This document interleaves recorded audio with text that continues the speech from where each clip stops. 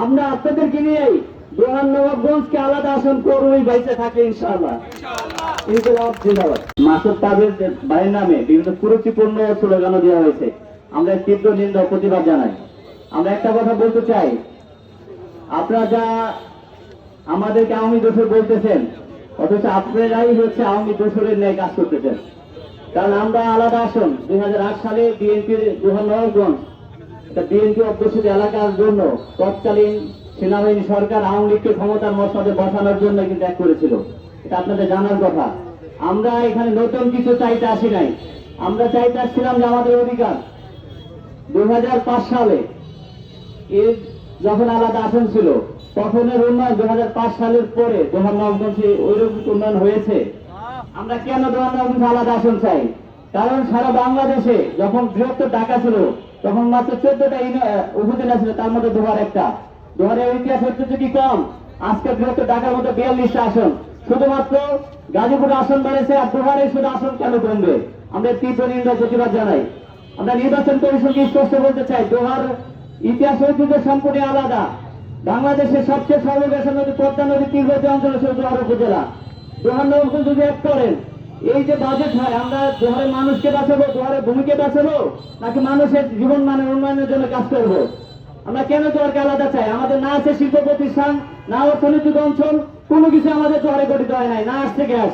ঢাকার মাত্র 45 কিলো দূরত্ব জায়গা, অথচ দোহার ঢাকার উপশহরের মতো জায়গা হওয়ার কথা। আপনি কুড়িগ্রাম যাবেন, রাঙামাটি যাবেন, খাগড়াছড়ি যাবেন, ওটা তো প্রত্যন্ত অঞ্চল, তার চেয়ে দোহারের উন্নয়ন বেশি। অথচ আমাদের দোহারের মধ্যে আপনি অনেকের সাথে কথা বলছে, বলছে ভাই ঢাকা জেলার মধ্যে দোহার নবাবগঞ্জ যেরকম উন্নয়ন হওয়ার কথা ওই রকম কিন্তু দোহার নবাবগঞ্জে মনে হয় না এটা ঢাকা জেলার কোন জায়গা।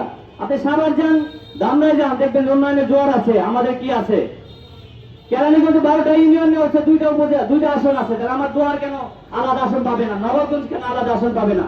অনেকে মনে করতেছেন 2টা আসন একসাথে বলে আমরা তাদের বিভক্ত চলে গেছি।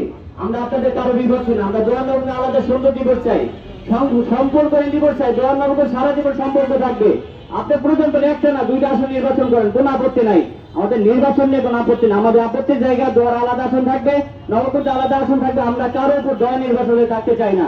দোহারে যদি 10 টাকা বরাদ্দ হয়, 10 টাকা দোহারের পিছনে খরচ হবে। নবাবগঞ্জে যদি 15 টাকা বরাদ্দ হয়, 15 টাকায় নবাবগঞ্জের জন্য খরচ হবে।